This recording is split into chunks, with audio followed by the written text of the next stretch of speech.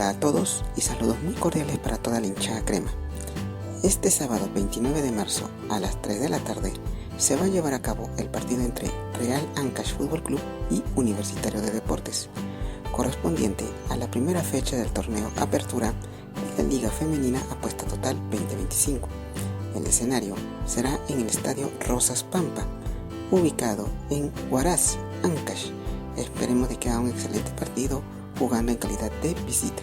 Así que mucha suerte y éxitos para todo el equipo femenino crema y juntos podemos decir y dale muchas gracias.